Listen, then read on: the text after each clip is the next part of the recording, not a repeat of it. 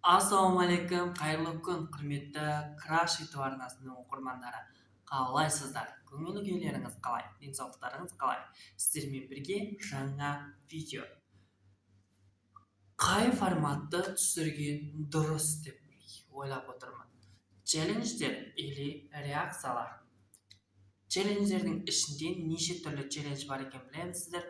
Жылап қалма, ащыны жегеннен кейін күлме деген сияқты, күлме, жылама, мұздай суға неше минут тұра аласың деген сияқты, және бір нәрсені бір нәрсеге араластырып жеу туралы челлендждер болады. Егер дәл сондай видеоларды қаласаңыздар, 2 деп кетіңіздер.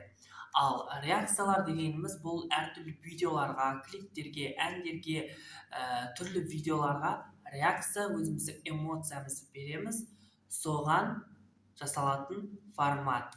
Оны таңдасаңыз 1 деп кетіңіздер. Егер челлендждерді таңдасаңыздар 2 немесе 1 деп, реакцияны таңдасаңыздар деп қойып кетсеңіздер болады. Сіздерден енді жауап күтемін. Соңғы видеоларымның астына көптеген комментарий жазылып жатыр екен. Солардың ішінде 1-2 комментарийді оқыдым. Жұртқа ұнап жатса, неге түсірмеске деген ойда жүрмін, достар. Егер де дәл сол видеоны қаласаңыздар, оқырманның тапсырмасын орындағанымды қаласаңыздар, лайк басып, қолдап кетіңіз, сіздермен бірге Краш.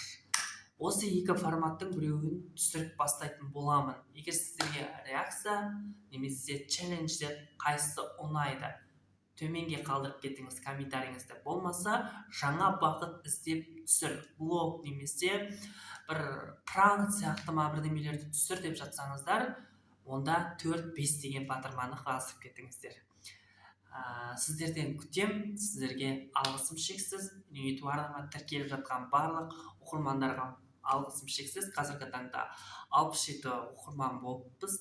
Аллаға шүкір, Алланың сансыз шүкіршілігіне осындай жетістікке жетіп жатырмын. Сол сәтте менің YouTube арнама тіркеліп, қолдап кетіңіз. Қателіктер болса, көз жұмып отырыңыз. Сіздермен бірге Краш, келесі кездескенше.